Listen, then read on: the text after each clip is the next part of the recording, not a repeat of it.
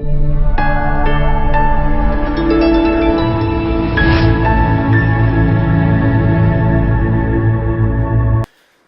what I'm going to talk about is bringing wisdom into the age of information. And in this age of information, our tools are designed to make decisions based on logic and reason. Wisdom is the ability to look beyond logic and reason without losing sight of it. Humanity's relationship with technology is older than humanity's relationship with dogs. In fact, it existed before we even had a word to define it. What's my definition? Any tool that we have harnessed or created to advance human potential. In fact, tech might be the most fundamentally human thing. It has always been an extension of our being, dating back to the first disruptive technology, fire. Fire is the predominant reason for our evolution into Homo sapiens. It is predicted that once we were able to cook our food, it required less energy to chew and digest it. That physically changed the shape of our jaws, and that extra energy went to growing our brains, which would indicate why we have about 7 billion more neurons than a chimp. Fire also brought us together around a shared source of light and warmth, which over time is thought to have led to the valuable technologies of language and storytelling. From that point on, the most innovative technologies that we developed fostered connection and shared information, which led to new ideas that led to new technologies, like the wheel, printing press, libraries, electricity, the internet. Technology helped these early tribes evolve, but they would never have survived without wisdom. The wisdom of nature, storytelling passed on through generations, rites of passage, and shared experience through ritual and ceremony. Their felt sense of connection with their environment and their tribe is what kept them alive. There's one piece of wisdom that these tribes needed to truly thrive: the fact that there was enough abundance on the land for all the tribes to exist. Most tribes operated with a mindset of scarcity because they needed to find food and water to survive. That mindset led these tribes to think, well, if we want to grow our tribes, we're going to need more land.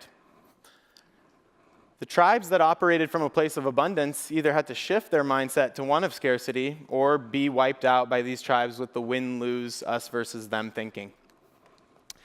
As humans moved from tribes into villages and cities, we needed a system of value that all of us could adhere to. This system inherently placed value on things that are finite or scarce because you can quantify and measure it. Sounds logical and reasonable.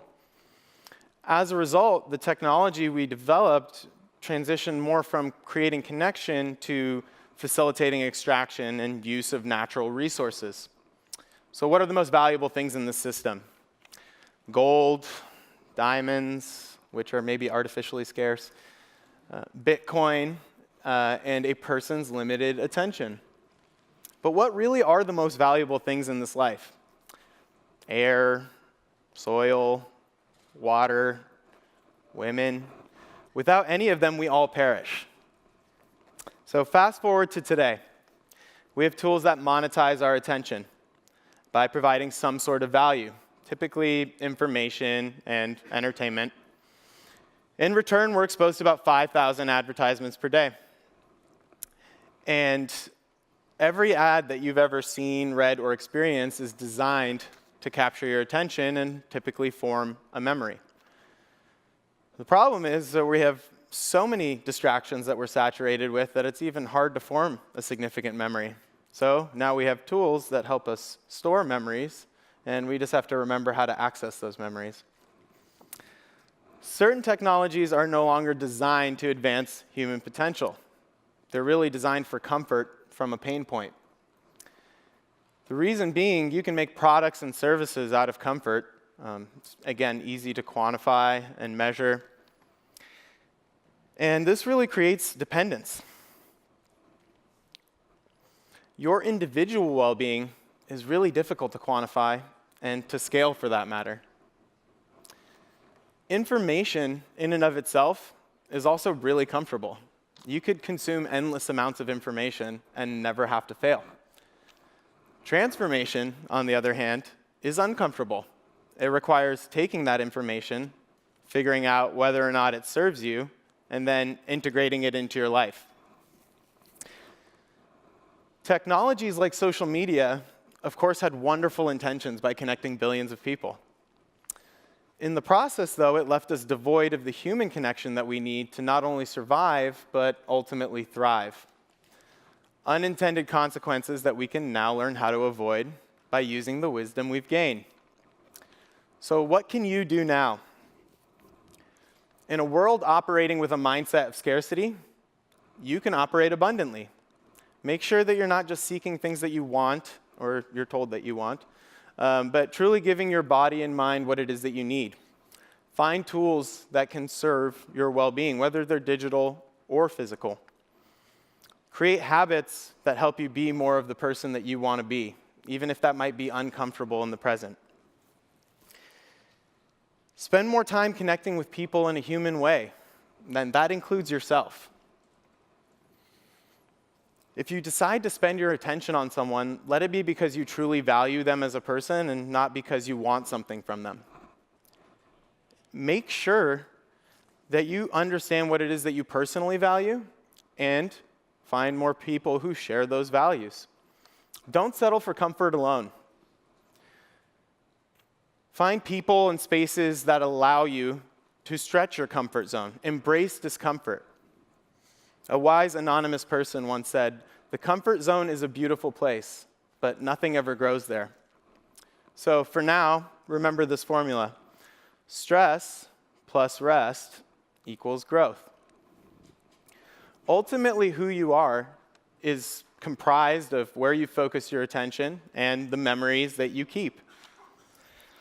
If you prioritize your well-being, it'll inspire others to do the same. Your happiness is undeniably connected to every living thing on this planet, including this planet.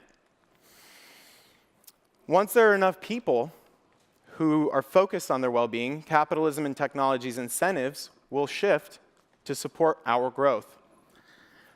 If we want technology that helps us be better and not just do more, well, we have to work towards being better so that we can build the demand. As Einstein famously said, no problem can be solved from the same level of consciousness that created it. And if we want to solve these problems, we can't just optimize for more comfort.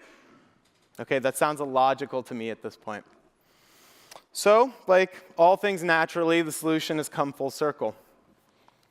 We have to cultivate the inner wisdom that our ancestors originally used in order to survive, to thrive. So, go out and rediscover that connection with your environment and your tribe. Thank you for your valuable attention.